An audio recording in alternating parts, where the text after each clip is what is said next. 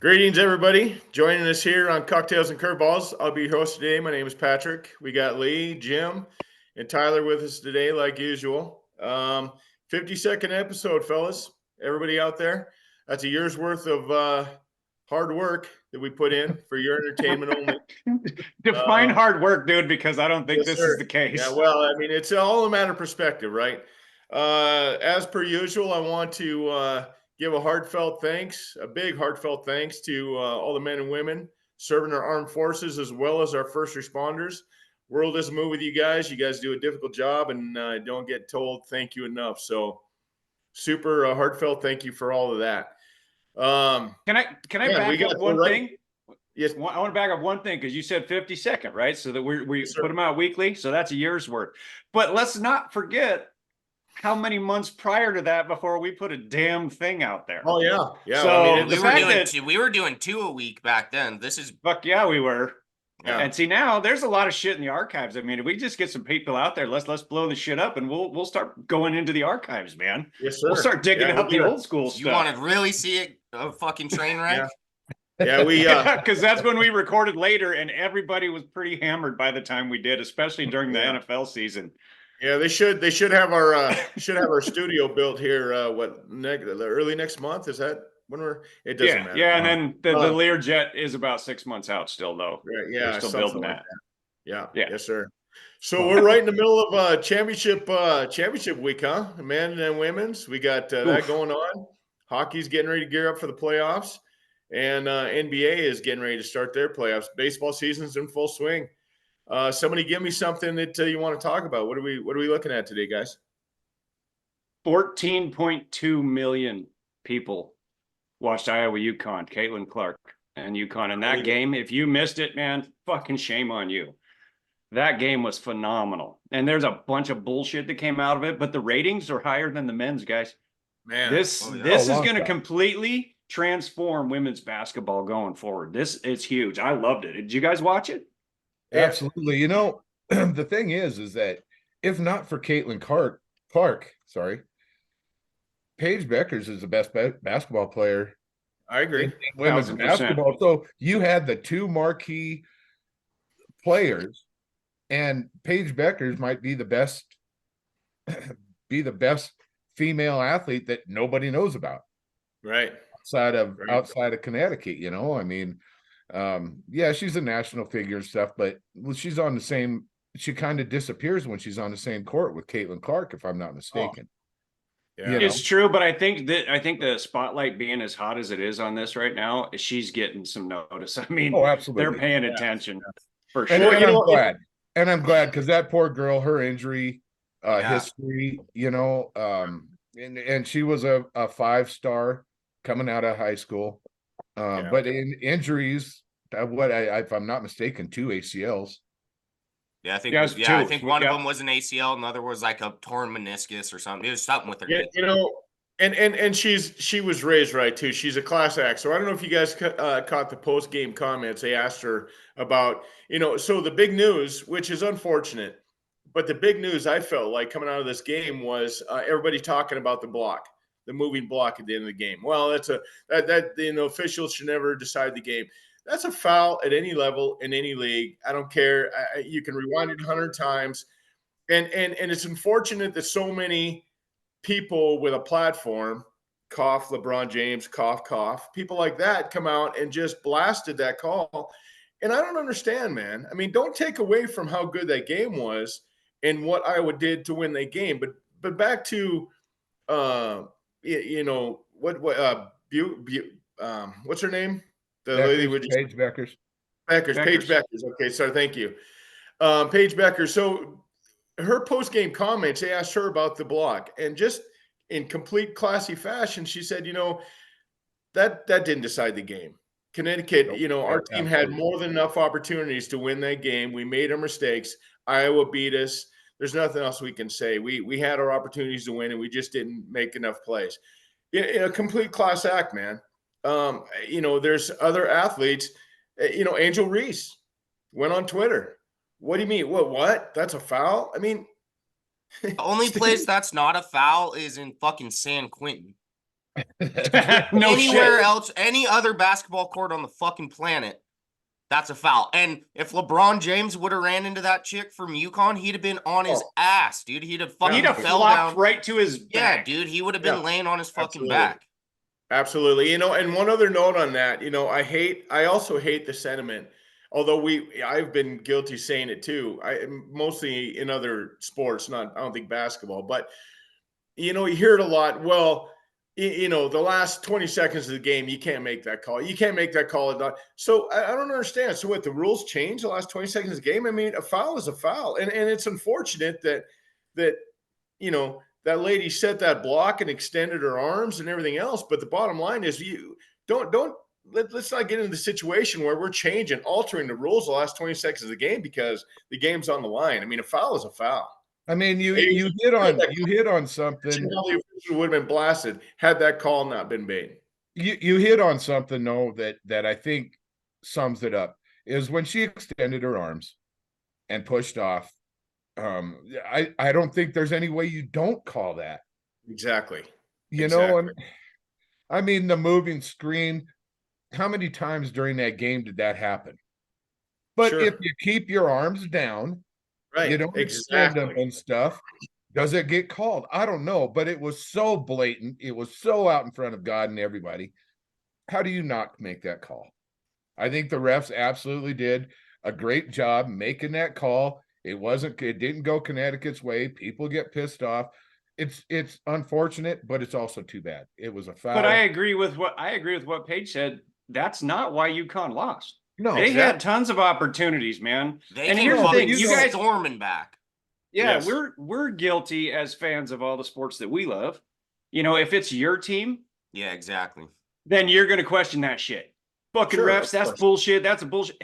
And dude, this is the world we live in. I mean, how often do we talk about the fucking refs in the NFL and all of the bullshit calls or the bad calls, no calls, Brady rules, Mahomes rules? I mean, we talk about it all the time, man. So I think it's if you're a fan of UConn, oh man, you're pissed off and you're crying foul. I just would love to see these refs just be consistent from start to finish. If you're letting them play and you're letting them bang around a little bit and you're not calling every little ticky tack thing, then stay that way for the entire game. Okay. And I thought they did a pretty goddamn good job on that one. Yeah, I think on that game. I think they're pretty consistent. Yeah. Yeah. Yeah. I mean, it was a foul. Bottom line is it was a foul. You can't bitch about that. And I know that the weekend sport fan, the weekend fan and stuff is gonna get on board with all these talking heads that are saying, well, was it a foul? Was it not a foul? It was a fucking foul, guys.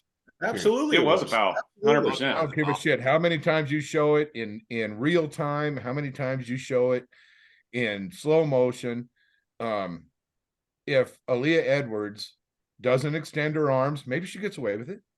It was such a foul that they could have called that a fucking hate crime. Yeah, damn right they could. Holy shit!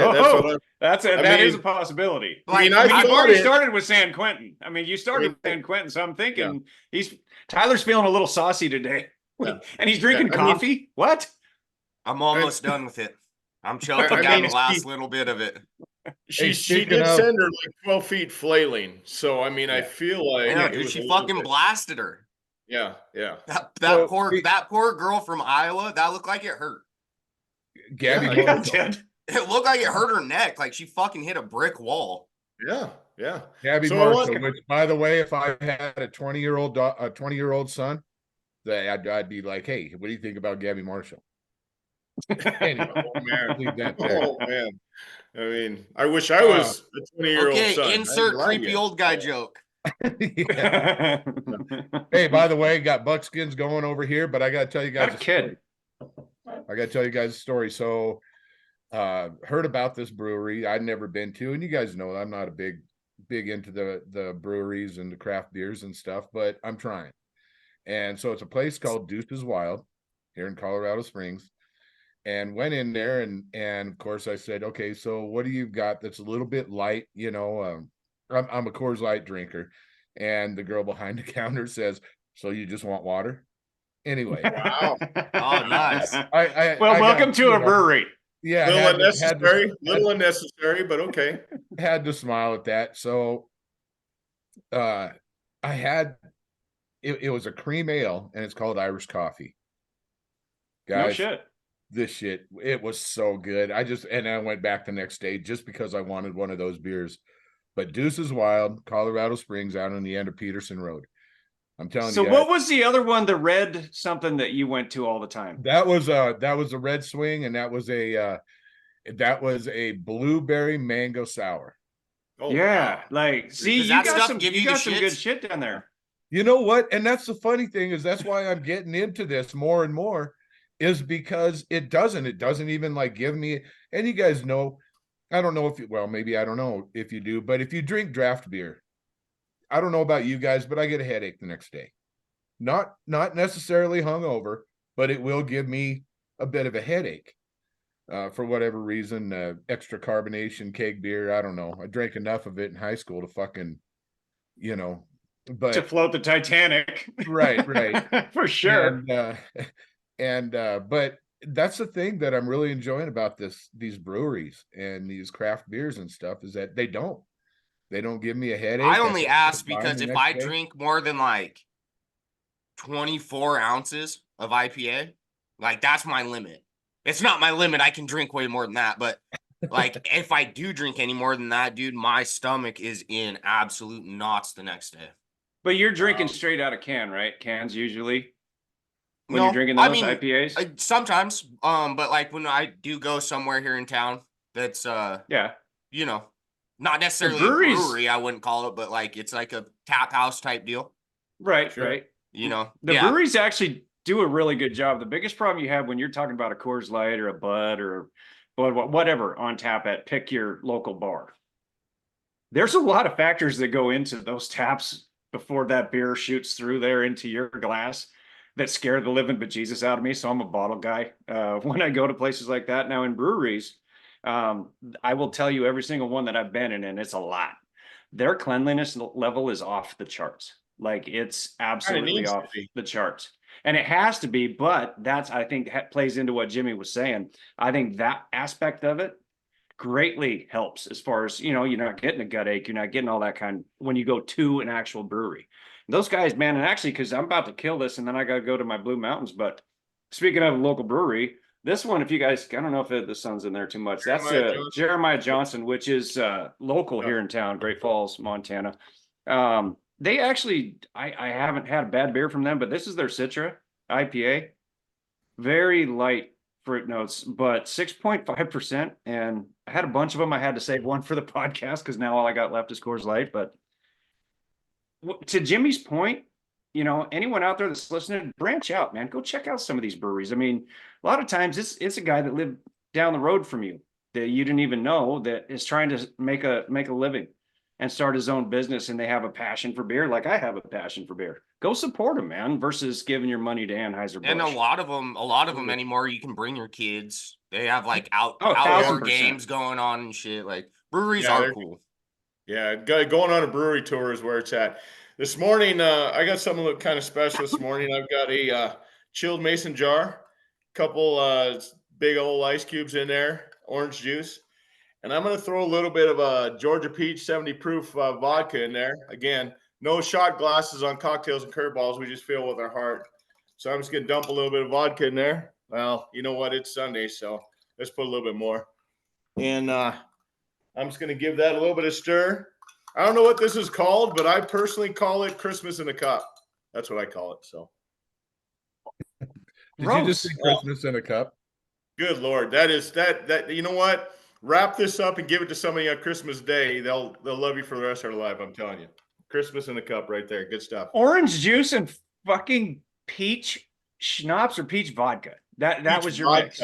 Peach vodka. Peach vodka. Okay. Georgia Peach is 99. It's God, I had higher hopes for you, dude. I swear to God, I thought you were gonna. That doesn't sound terrible. I mean, it's amazing. Peach. That sounds like a hangover remedy. Like, I don't know. It kind of sounds like it might go together a little bit. Yeah, so I feel like tomorrow morning, since you say it's a hangover remedy, maybe I'll have another one of these tall, cold ones tomorrow morning because I might be there. So I'm not a big orange OJ fan anymore, man. I don't know what it is. I get heartburn from the citrus. I don't know, but damn, that's good like too stuff. much fruitiness for me. You Yeah. definitely have a sweet tooth, Patrick. You tend to lean on the sweeter side of life. So I mean, power to you, buddy. It's a tough job. Someone's got to do it. So That's I true. think I got to be honest with you. I think I'm more excited about the women's championship than the men's. And the reason why I say that, I don't know if you guys have been following, but the last time South Carolina lost in the women's bracket was to Iowa last year in the quarterfinals, in the Final Four. So they haven't lost since. I mean, and they got that. I can never remember her name. That big Brazilian that plays on South Carolina. Cardoza or Oh whatever. Her God, last she name is. Cardoza. Yeah, and Iowa Big really girl. doesn't have anybody to match up with her, man. So I feel like she's going to end with 17 boards, 5 block shots. I mean, she's going to have a monster game, but it's just going to be a matter of. And I really feel, and I've heard this before, but I feel like this as well. So Caitlin Clark is due to hang a 40 spot, man. I mean, she's due for a big game. I think I can see Caitlin Clark just. I don't know. I think they're going to need a big game to beat South Carolina. I really do. Well, they're going I to need a saw. big game from a couple other people too, though. I thought I saw that Caitlin Clark, that Paige Beckers, and that Cardoza girl were all on the same McDonald's All American team. Yeah. Or With the game, with that the McDonald's All American game. with that Brink girl from Stanford. Yeah. Yeah. That's crazy. Yeah. Holy shit. Imagine watching that game and just, you don't realize at that time exactly what you're watching, but to be able to say that you saw them all in the same game, Well, in high who's not school. excited to absolutely. see? Yeah, who's not excited to see these girls in the WNBA, man? I mean, I've never paid 2 bits of attention, but I Okay, ain't gonna lie so to you. that's where I was going. I honestly don't think I've ever watched more than 3 minutes of a WNBA game. I mean, no But- offense. Sorry, ladies. I'm not. I I'm heard not, Diana Taurasi was talking with SVP, and she was like, "Yeah, it's great. I mean, skills and stuff they transition, but you're going against grown women in the WNBA," and was like kind of shit talking. I think she was talking about Caitlin What Clark. she Yeah. said, yeah, what she's and she did close it on a kind of a classy note, saying that she thinks that Caitlin Clark her game will translate very well.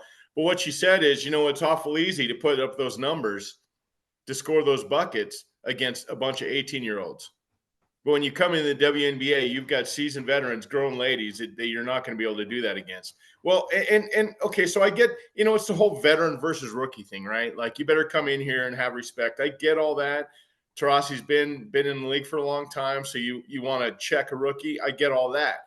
But the one thing about Caitlin is it's not like she was barely shooting 3-pointers and now the line goes out. She was taking 3-point shots 4 feet behind the 3-point line. If she's NBA. draining those buckets, if she's draining those buckets, in college, she's going to be draining them in the WNBA. I hate to be the bearer of bad news. Nothing's going to change. She is a Well, pure but it's shooter. bad. I think it's an ego thing, like Taurasi. I think so, Taurasi too. owned women's basketball when she played in college.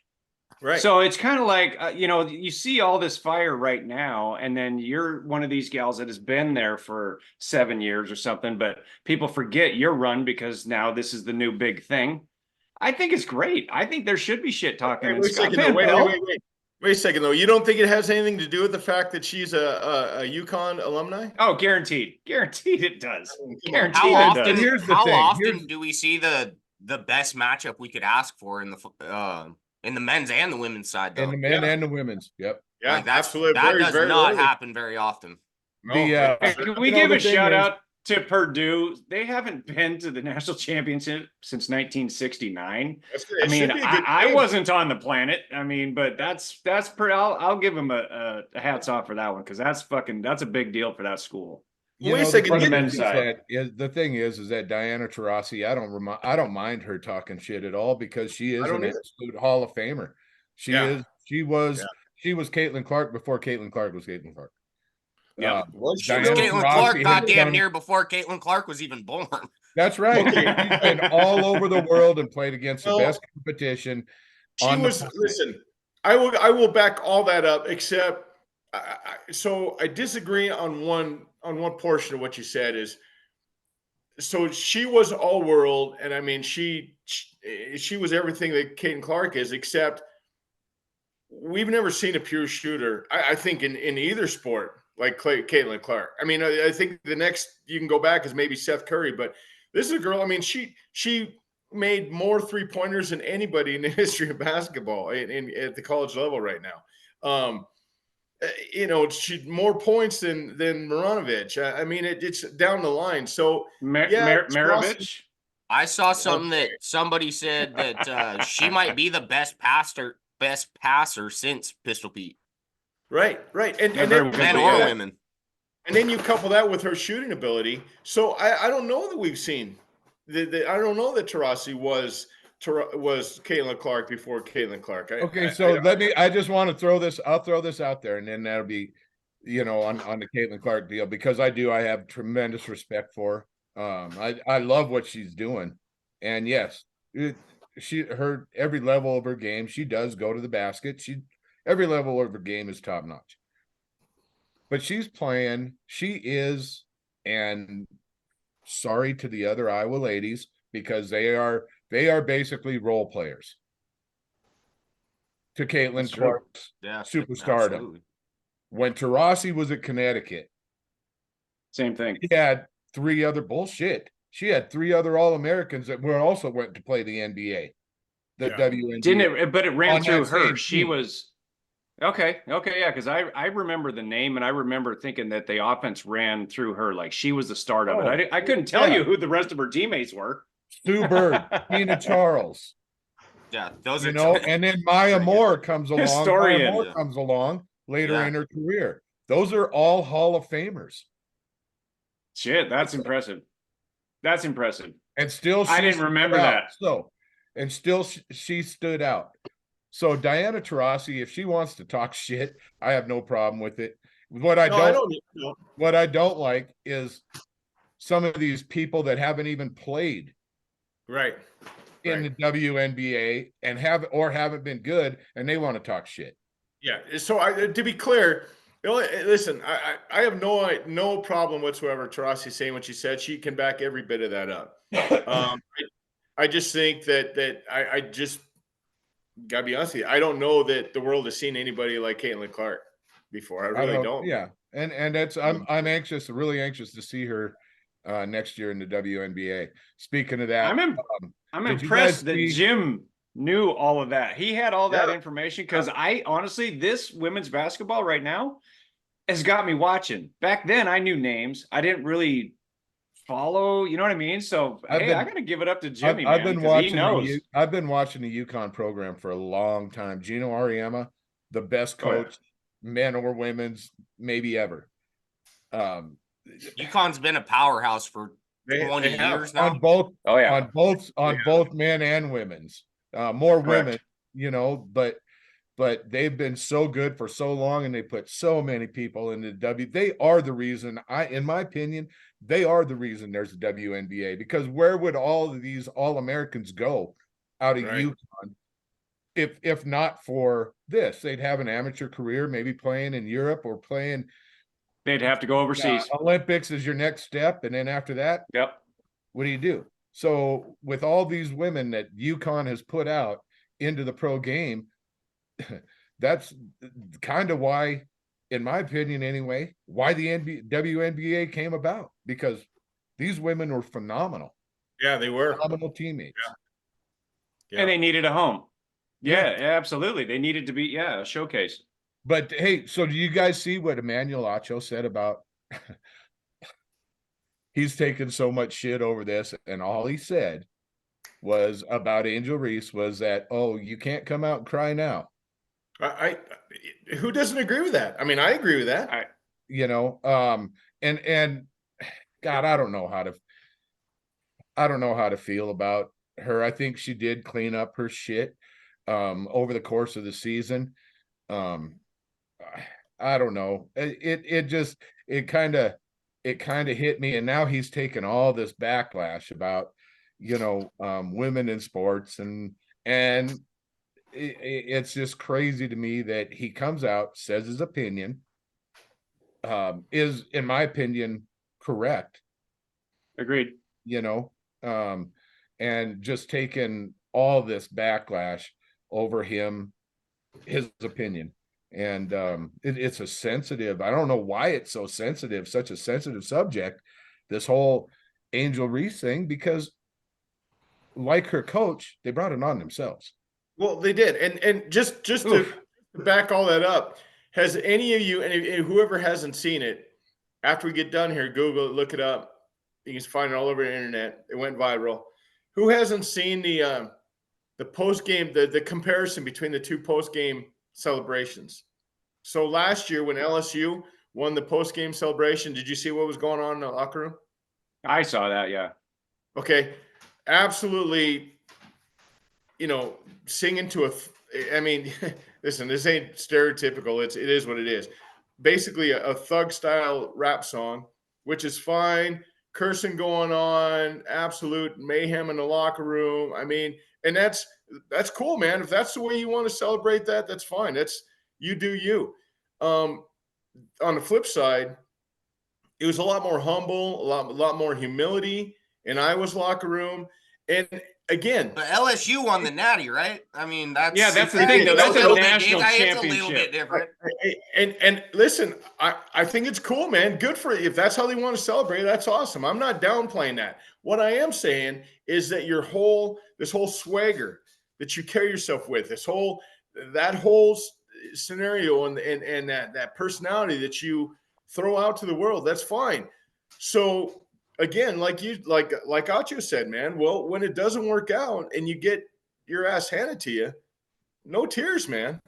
You don't get to cry. I mean, this is why everybody is coming down on you guys, because it's great when it's always wonderful, man, to talk shit and rub it in everybody's faces and celebrate and act a fool when you're on top. But when it doesn't work out for you, it's humble pie, man. Well, humble pie doesn't include crying at the stand, talking about how you've been sexualized and bullied. And hey, man, that is self-inflicted 100%. Jimmy brought something up that because I don't even give a fuck. I'm going to touch on it. He said that Angel Reese has, been a lot better, after all the drama that went down with last year's national championship, right? I guarantee you there is one reason and one reason only for her taming down a little bit and playing a little bit nicer and talking the right thing. It's fucking money, man. It's money. At the end of the day, you need to be more marketable. Yeah. Some people have a bad view of you, so you need to change that view, and because that's where you're going to make your money. I'm sorry, that's my opinion. And it happens everywhere. Guys, you name it. Doesn't matter if it's an MMA fighter, NBA, NFL, WNBA, it doesn't matter. Everything right now is a sales pitch, man. You have to market yourself if you want to maximize your money. It's just reality. I don't know. That's just my thought, man. I can go with that. I definitely can go with that. I think the people are more willing to back somebody with that does have humility and I mean, I don't know. I guess I can go with that. The NIL money. Sure. Yeah. Yeah. I mean, we start and I don't know. I don't think they ever did disclose the reason, but earlier in the season, Angel Reese was suspended for like 3 or 4 games. I'm not sure if they ever, as far as I know, they didn't disclose the reason. I don't know. I think, if I'm not mistaken, I think it was a coaching decision. It was widely speculated, and rumored that it was a grade issue. Okay. I got to be honest with you guys. If we talk about girls basketball any longer, I'm going to go make myself a fucking Pat drink. I'm about over it. I'm about over 4 grown men talking about college age fucking girls basketball. So let's move on a little bit here. I'll go on record saying I think you should have done that to begin with, but that's just my opinion. So. Well, fuck, dude. If I knew we were gonna spend 45 minutes talking about girls basketball, I would have put lipstick on. I'd have got 2 White Claws, and I'd have poured made myself a peanut butter and jelly in a cup. God damn. No, They've done that no. anyway. Fucking call me Tylerina. I don't give a fuck. I didn't know we were gonna talk about this for this long. Tylerina. Hey, No, hell no. so I did anybody Go, not Jim. see? Did anybody not see Stephon Diggs going? Oh, fuck. yeah. Yeah. Dude. Houston is gonna be fucking The tough. Texans are going to Oh, be fucking bad next. Dude, They're going to yeah. be awesomely bad. They're going to be off the chain. That's What I don't it's bad for understand. the rest of the AFC. I think. What I I think don't Houston's gonna be understand fucking is- good. So they basically just they made him, he's going to be a free agent after this year. So I guess I don't understand why they would when they went into negotiation, why wouldn't you sign him to another couple of years? I mean, I don't. I mean, They're saving money on the contract and allowing him to opt out in a year, and I get that. But I'm going to tell you something right now. CJ Stroud is that next Patrick Mahomes type Dude, they quarterback. got Joe And- Mixon too. Yeah. They got Mixon too, and dude, he's got weapons for days. And as amazing as he was last year as a rookie, mind you, this kid, you wait, man. Houston is going to become a hotspot destination for players. Something we need to talk about though is that Stephon Diggs, he wants the football. Oh, And damn right. He didn't have anybody around him like he's got right now that he has to really share the target. So with Nico Collins and Tank Dell, CJ Stroud is already established with them. What's going to happen when he doesn't get the football? I think in a locker room. I mean, I think it's a good pickup for the Texans. It's one of those things, right? You balance the headache versus what he can do on the field, and How Buffalo fucking got good he is. fucking tired of it, right? But They also rolled the dice and and they rolled the dice and shortened his deal and gave him an out in a year. yeah. So that was smart, I if he's think. I think so too. Because if he's a fucking headache, then whatever. We gotta put See up ya. with you for the rest of the season, So, and that's it. What does this do to Buffalo? Buffalo has lost a lot of talent this offseason, man. Their Super Bowl window is closed. I think I so think too. so. Well, it's no different than our Dolphins. The cap shit has forced their hand. They have to dump.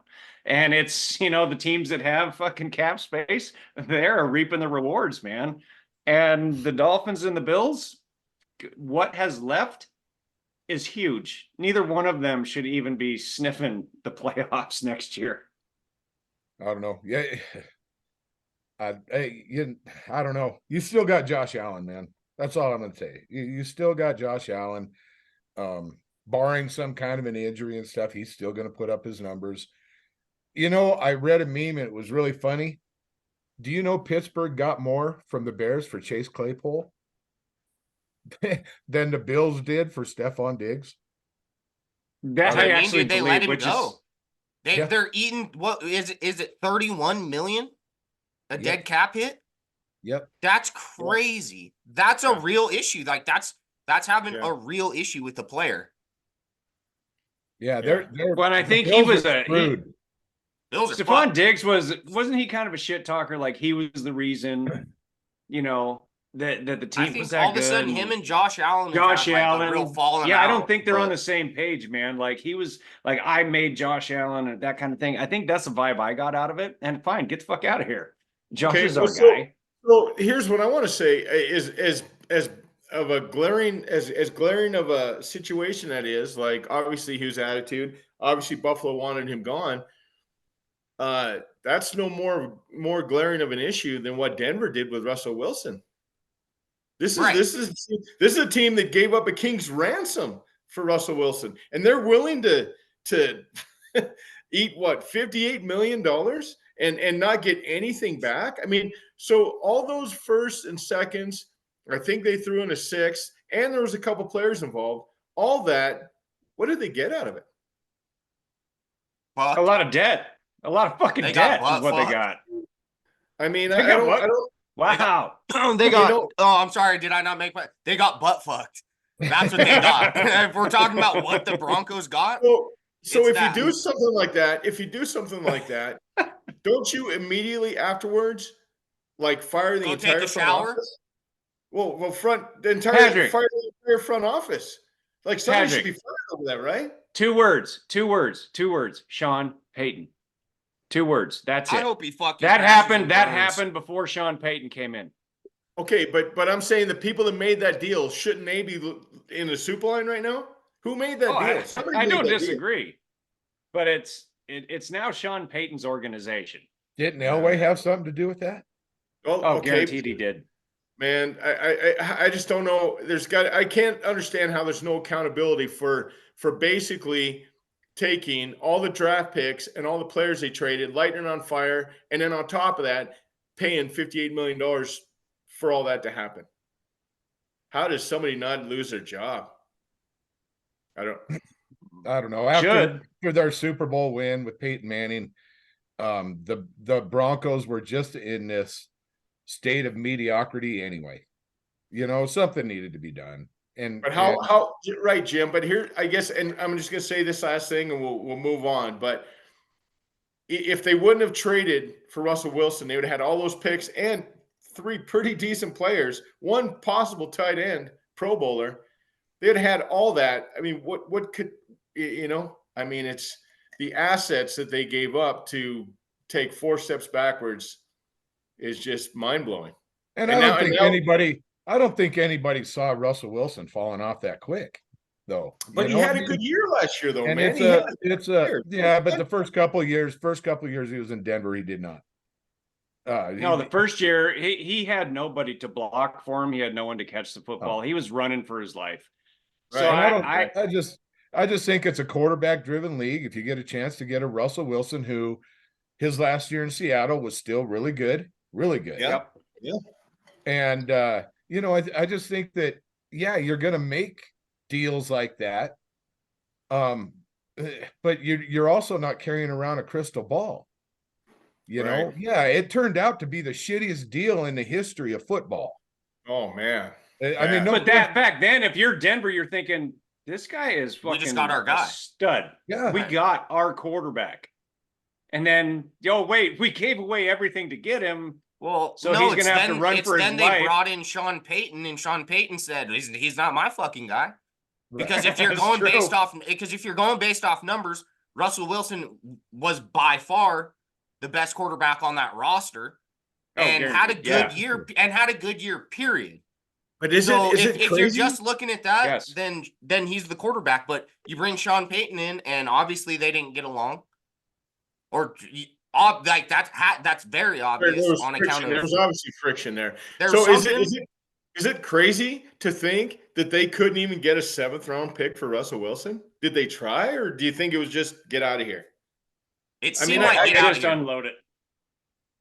Unload it. I can't believe they didn't. They couldn't get a 5th round pick. Listen, for Russell. so listen, I know a lot of Broncos fans, and I don't hate the Broncos. I'm being full disclosure, I don't hate them.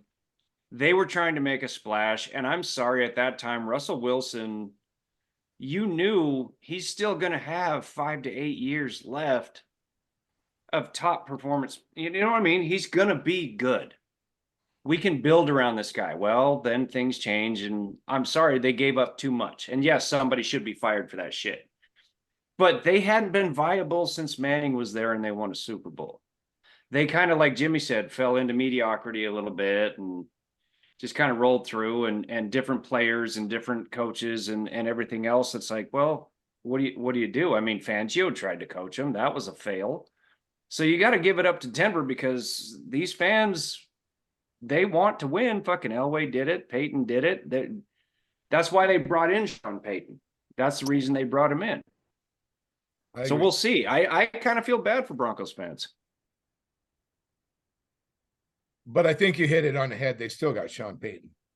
Right. I hope think Sean they'll be Payton fine. fucking crashes and burns. I think this whole deal is so fucked, and I think for them to eat that much money, why not keep him on the roster at least? Like, Right. if you're Right. gonna draft his backup or the guy that you're gonna, because who's gonna start for him? Who's their quarterback this year? Well, that's They're what gonna I have- asked. Right? Tom. Exactly. Who It's fucking Tom. He's in the knows? mailroom. Exactly my point. Well, If you're just gonna eat that money, if you're just gonna eat all that fucking money, keep him on the roster. I hope So Sean Payton, I here's- hope this fucking blows up in his face And I think it could because they don't have any assets. They have no draft picks. And to your point, Ty. So here's my question, and I'll ask this all day long, and I'd love to hear a legitimate answer. Are they better or worse without Russell Wilson? Exactly. They got way worse. I mean, and over what? And they got way worse. Why? Because of pride, man. Pride. The same pride that was installed in this horse shit deal with Russell Wilson, releasing him and eating all that money, was the same pride where Detroit Lions decided we're not trading Barry Sanders and you can just sit out for a year. Do you have any idea what Detroit could have done if they would have traded Barry Sanders? They could have traded him for they could have rebuilt that entire roster on that trade. But the pride got in the way. It was more important for them to make a point. Well, you don't want, you know what? Fine, sit out. So you guys chose to take 10 steps backwards by making him sit out a year, then just trade the dude and be Super Bowl contenders. Same thing as Denver, man. You're worse. You're far worse. Russell Wilson. Hey, real quick. Two Russell teams. Wilson, Everybody on this panel, because Russell Wilson, I think we all agree on that. But two teams this upcoming NFL season, because we're on the NFL, they're going to really be the most exciting, the most improved versus last season. Yeah, nobody can Any say ideas? the Texans because that's too easy. That's super easy, right? Yeah, not the Texans. No, yeah, think and it doesn't Chicago- have to be like going from the bottom to the top, I'm you know, gonna but say like there's I'm gonna say Chicago. you going Chicago, I'm going Minnesota. And I know they just lost their quarter. I get all of that. I think Minnesota's going to do some things that nobody expects. And that's just me. I could be fucking wrong, which I normally am, but that's fine. Okay, so why do you think that though? I mean, what makes you think that? Okay, because my biggest reason is I think the quarterback part of that. I mean, we talk about the amount of money that you know who I'm talking about. Quarterback. Yeah, Kirk Cousins. That he has made. All of that Ski mask money. Kurt. Yes, he's got one playoff win. And he's got how many hundreds of millions that he's earned? Wait, that's why you think they'll be successful? No, Kirk Cousins has one. So I think they will be okay at quarterback, but I think their defense is going to be a lot better with the moves they've been making. I think they're going to slow other offenses down. So I think Minnesota I think their actually... QB1 is Sam Darnold, if I'm not mistaken.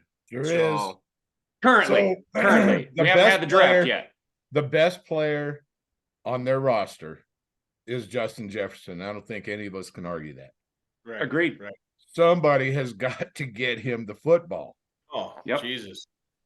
You know, whether they go rookie in this draft, I don't know. I keep hearing them trading up, or JJ McCarthy. He's risen up so much. I mean, they're talking McCarthy's quarterback. stock has gone way up. You know, but anyway, somebody needs to get Justin Jefferson the football.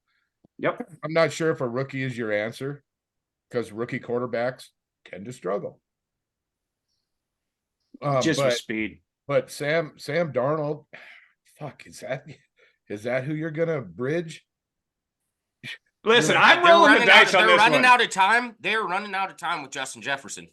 Oh, They guaranteed. are. He's Yeah. No, already they are. His contract, Well- like it's getting close. Okay, so that's a fair assessment. Here's why I'm going the Bears, and I'm going with the Bears more because of the law averages than anything else, which sounds asinine. I understand that, but to be clear, they got the number 1 overall pick, and I think they picked number 9. They should get 2 unbelievable talents with those picks, adding with what they already have. And the reason why I think Chicago, will be the most improved team is because it's been, what has it been, decades? I mean, this team hasn't been relevant in 15 years. I don't know, like forever, man. Yeah, since Super Bowl Shuffle, man. Since and I go back to Rex 1985. Grossman led them Yeah. to a Super Bowl. yeah, Not a I win, just- not a Super Bowl win. Right. I just feel like, you know what? I mean, if they screw this up, and it's very possible, it's probably even more probable that they're going to screw this up. But if they screw this up, they're staring down the barrel of another 40 years of irrelevance, man. So I just feel like, you know what? I mean, just like the Cubs, spend 108 years in futility. I just feel like, you know what? I mean, it's got to happen at some time. Chicago Bears is going to figure it out, right? I mean, they got to. They got to. And so with them having 2 high picks, and they weren't horrible last year. It wasn't like they were bottom feeder. I mean, they weren't good. Adding what they're getting ready to add in the draft to what they already have. I mean, I don't think anybody should be shocked if they go out there and win 9 games, go 9-8. I think it's a They've got- good situation for a rookie quarterback. If I mean, Yeah. as much They've got as I've weapons. talked shit about the Bears on here and about how bad their quarterback room has been for fucking ever, Forever. I think it's a pretty good situation to be in if you're a Yeah. rookie quarterback coming in. Well, you got think so. weapons. You got weapons. for I think sure. having if you just had Keenan Allen, yeah, like that's a safety Can you- net. 10 out Can of you 10 imagine times. though if they got Caleb Williams and then moved up to get Harrison Jr., Marvin Harrison Jr., and add that to the Keenan Texans Allen? last year, right? Took CJ Stroud and then moved up and Thank got you. Will Anderson Jr. This is my point. I mean, I wouldn't be shocked now if the Bears organization is that smart. I will eat a lot of crow because I talk a lot of shit about the Bears too. Yeah. But I'm telling you, if they could figure out a way, Caleb Williams, number 1, and move up to get Marvin Harrison Jr., holy fuck, that would be alongside Keenan Allen. You inevitably have to be better, in my opinion. Just my opinion. So, guys, I'm gonna, and this is a homer deal. So, you guys, Marvin Harrison Jr., as talented everything as he is, man, that Rome Odunze Yeah. from Washington, Yeah. the way Yeah. the way scouts are talking about him right now, that he's a bigger Devontae Adams. They're comparing him to Devontae Adams, only he's bigger, stronger, and faster. Yeah. I saw Larry Fitzgerald Oh. comparisons too. Yeah. I would sit down there at 9 and Yeah. not trade it away too much, and you're gonna run into a Dunze or one of them guys, Yeah. that Thomas kid, Brian Thomas from LSU, another big tough kid. So let me on that note, Jim, let me ask you. Guys slide in the draft. Happens all the time. Aaron Rodgers fell almost out of the first round. Okay. Those 2 guys, let's say they both fall. They're both sitting there at number 9 with Chicago drafts. Who are you taking? You mean between Harrison and Harrison and Odunze. Yes, sir. I think I'm taking Harrison only because of If, the like, the higher floor. I'm not saying he's got a higher ceiling, Right. but the higher floor where he could come in his rookie year immediately. And I mean, God, the guy's 6'4". What is he? 220? Yeah. He's a beast. And hands. I'm telling you, Hands.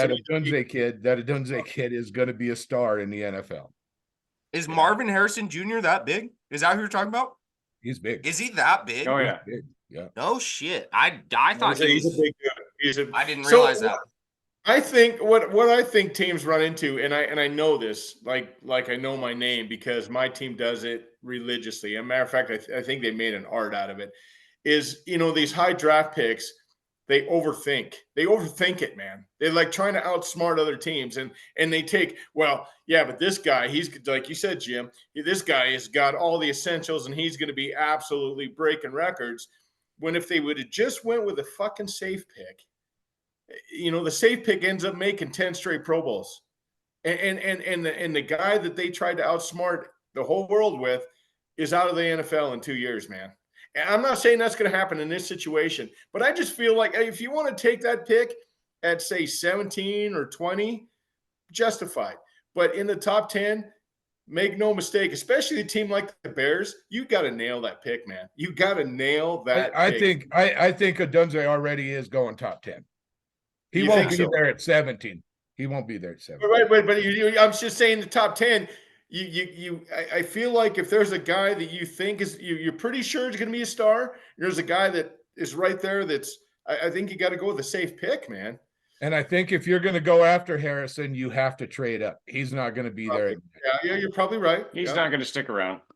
Yeah. Just because the heritage too. Dude, I I think you pick if you're picking in the top 10, you go lineman.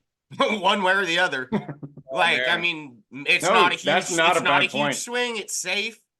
You know, it's better than picking a fucking nobody or somebody that turns into an absolute nobody. Yeah. You make a good point. That's a good point. Yeah. One thing that my Miami Dolphins can never do is draft linemen because they really suck at it. I mean, give us 17 picks in the draft, and if we take 16 offensive linemen, they'll all be delivering mail in 2 years. Pretty sure. Hey, but back to the question. Back to the question about most improved and this and that. You're gonna go. I know where you're going. Well, Go ahead. no, listen, I think the Jets are going to be there. Oh yeah, Rodgers, Aaron yeah. Rodgers. I forgot about Fuck, them. I too. know. I agree. The Jets and Aaron Rodgers coming back, but Yep. fuck you guys. I'm going to go Homer. I'm going to go. I knew it. Steelers. I fucking knew it. I actually almost said that, but I'm like, you know what? I'm gonna throw a fucking curveball out there. You know, Fuck but I that. don't know that qualifies though, because Pittsburgh wasn't horrible last year. I mean, they No, they decent. weren't horrible, but they way outplayed where they should have been. They were not good. They do it every fucking year, though. Tomlinson or Mike Tomlin has, right? He's never finished below 500. Nope. It's like saying, "Oh, my pick's the 49ers this year."